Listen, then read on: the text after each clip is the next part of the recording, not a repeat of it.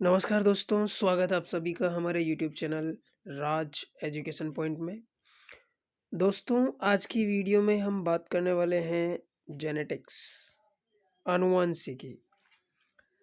Genetics एक ऐसा word है दोस्तों, जो एक डीपली इसको अपन अगर स्टडी करें तो this is related to the structure of DNA. It is closely related to the structure of DNA. इससे पहले आपको बता दें दोस्तों, अगर आपने हमारे चैनल को सब्सक्राइब नहीं किया है तो सब्सक्राइब कर लें, ताकि आपको ऐसे ही नए वीडियो रोज़ाना देखने को मिल सके। साथ ही आपको बता दें दोस्तों, जो मैटर हम आपको बता रहे हैं वो मैटर दोनों मीडियम में आपको देखने को मिलेगा, English medium as well as in Hindi medium. और साथ ही इसका जो पीडीएफ है वो दोस्तों आप डाउनलोड कर सकते हैं डिस्क्रिप्शन लिंक से। तो आइए दोस्तों, शुरुआत करते हैं टॉपिक की। जेनेटिक्स, आनुवंशिकी। दोस्तों आपको बता दें, genetics is a branch of science which deals with the study of internal structure of DNA that is transmitted from one generation to the other generation। आनुवंशिकी दोस्तों विज्ञान की एक ऐसी शाखा है जिसके अंतर्गत जो डीएनए की आंतरिक संरचना है, एक तरह से अपन कह सकते हैं जैसे जीनोम है, जीन है, जो एक पीढ़ी से दूसरी पीढ़ी में स्थानांतरित होते हैं, या जो ट्रैट्स हैं वो किस प्रकार से एक पीढ़ी से दूसरी पीढ़ी में स्थानांतरित होते हैं, उनके बारे में अध्ययन इसके अंतर्गत दोस्तों किया जाता है। तो आइए दोस्तों, शुरुआत करते हैं आज के वीडियो की। जेनेटिक्स, आनुवंशिकी। Genetics is the branch of biology that deals with the study of heredity, and its biological process is known as genetics। दोस्तों, जेनेटिक्स बायोलॉजी या साइंस की एक ऐसी शाखा है दोस्तों जिसके अंतर्गत हेरेडिटी का स्टडी किया जाता है दोस्तों, और इसकी क्या बायोलॉजिकल प्रोसेस रहती है कि ये किस प्रकार से जो है एक जनरेशन से दूसरी जनरेशन में जो वंशागति है लक्षणों की, हेरेडिटी है ट्रेट्स की, वो किस प्रकार से होती है, उसकी स्टडी दोस्तों जेनेटिक्स के अंतर्गत की जाती है दोस्तों। तो the branch of science which deals with the study of heredity of traits and it's biological process is called genetics. जीव विज्ञान की वह शाखा जिसमें आनुवांशिकता और उसकी जैविक प्रक्रिया का अध्ययन किया जाता है दोस्तों, उसे आनुवांशिकी कहते हैं, आनुवांशिकी वो कहलाती है। ये विज्ञान की एक ऐसी शाखा है जिसके अंतर्गत जो लक्षणों की जो वंशागति है दोस्तों, उसका अध्ययन हम करते हैं, और किस प्रकार से जो लक्षण है वो एक पीढ़ी से दूसरी पीढ़ी में स्थानांतरित होते हैं, उस जैविक प्रक्रिया का भी अध्ययन जो जेनेटिक्स शाखा है विज्ञान की, उसके अंतर्गत दोस्तों किया जाता है। Genetics also involves the study of genes, genomes and cell cycle।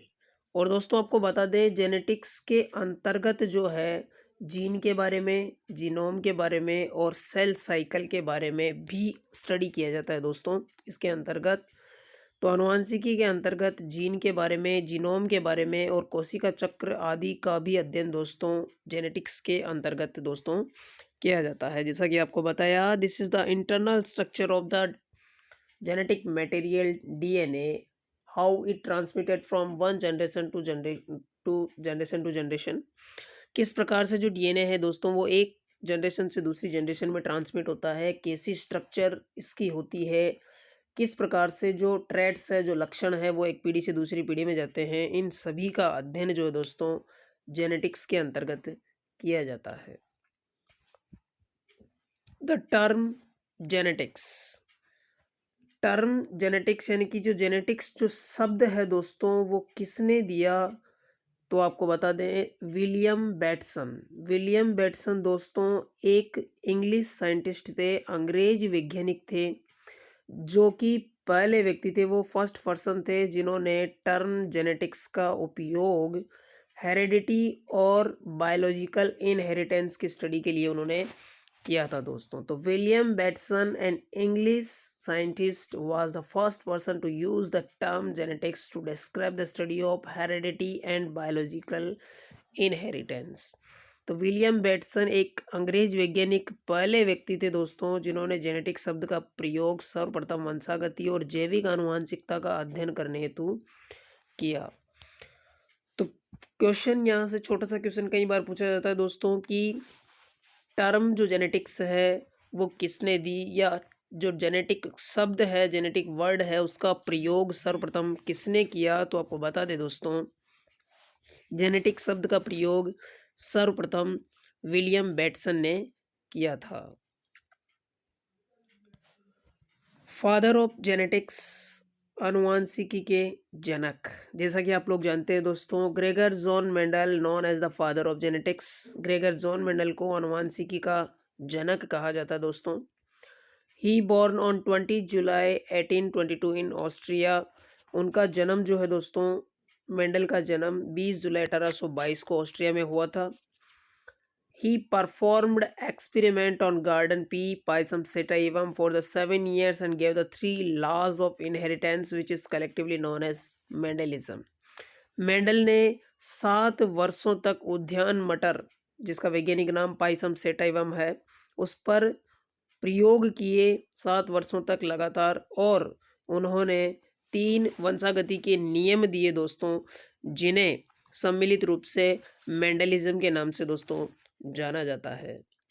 तो Gregor John Mendel was also known as the father of genetics, and genetics के जो फादर हैं उन्हें मेंडल को ही कहा जाता है। उनका जन्म 20 जुलाई 1822 को हुआ। उन्होंने 7 साल तक लगातार प्रयोग किए दोस्तों, हाइब्रिडाइजेशन पर किए, और जो उद्यान मटर है, पाइसम सेटाइवम है, उसके ऊपर कई उन्होंने एक्सपेरिमेंट्स किए। उनके कई जो अपोजिंग ट्रेड्स हैं, विपर्यासी लक्षण हैं, उनके मध्य क्रॉस करवाया, उनके मध्य हाइब्रिडाइजेशन करवाया, संकरण करवाया, और कई जो नियम है, उन्होंने 3 नियम जो है वंशागति के दिए, और उन तीनों नियमों को सम्मिलित रूप से मेंडलिज्म के नाम से दोस्तों जाना जाता है। नेक्स्ट दोस्तों, हेरिडिटी, वंशागति। Heredity is the process of transmission of traits from generation to generation. Heredity एक प्रक्रिया है दोस्तों जिसके अंतर्गत जो लक्षण है, जो ट्रेड्स हैं, वो एक पीढ़ी से दूसरी पीढ़ी में ट्रांसमिट होते हैं, ट्रांसफ़र होते हैं। तो the process of transfer of traits from one generation to other generation is known as heredity. यानी कि एक पीढ़ी से दूसरी पीढ़ी में लक्षणों का स्थानांतरित होना वंशागति कहलाता है। यानी कि किस प्रकार से, किस प्रक्रिया के द्वारा जो लक्षण है वो एक पीढ़ी से दूसरी पीढ़ी में दोस्तों स्थानांतरित होते हैं, वो प्रक्रिया ही दोस्तों हेरिडिटी कहलाती है, वंशागति कहलाती है, या आनुवांशिकता कहलाती है। सबसे पहले हेरिडिटी शब्द का प्रयोग दोस्तों किया था स्पेंसर ने 1863 में। तो the term heredity was given by the Spencer in 1863। Heredity शब्द का सर्वप्रथम प्रयोग स्पेंसर ने 1863 में दोस्तों किया था। छोटा क्वेश्चन एक पूछा जा सकता है, who gave the terms heredity, then you will say the Spencer was the scientist that gave the term heredity. यहाँ डायग्राम में दोस्तों आप देख सकते हैं the type of traits. Traits जो है दोस्तों 2 तरह के होते हैं, inherited traits and acquired traits. यानी कि लक्षण 2 तरह के लक्षण होते हैं दोस्तों, आनुवांशिक लक्षण और अर्जित लक्षण। तो आप देख रहे हैं दोस्तों यहाँ पर इनहेरिटेड ट्रेड्स जो है वो passed from the parents to the offspring.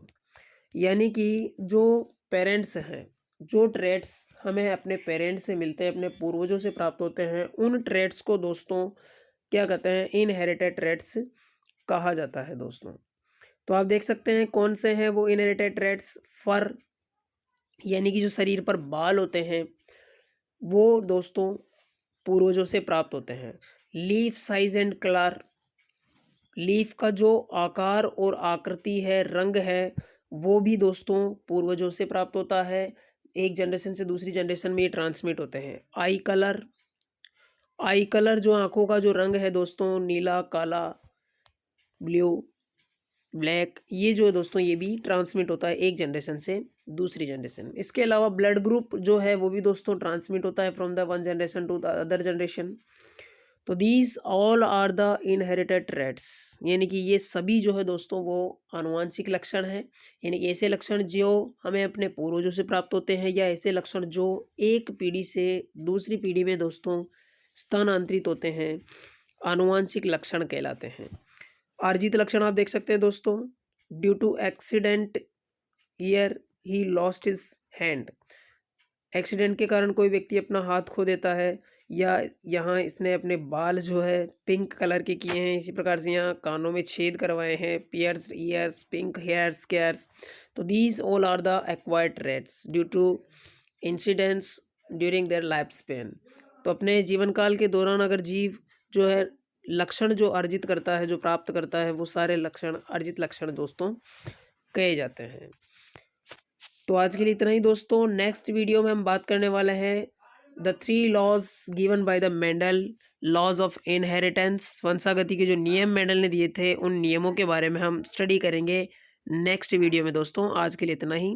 अगर आपने चैनल को सब्सक्राइब नहीं किया है तो चैनल को सब्सक्राइब कर ले, ताकि इसी तरह की वीडियो आपको देखने को मिल सके। थैंक यू, बहुत बहुत धन्यवाद देखने के लिए।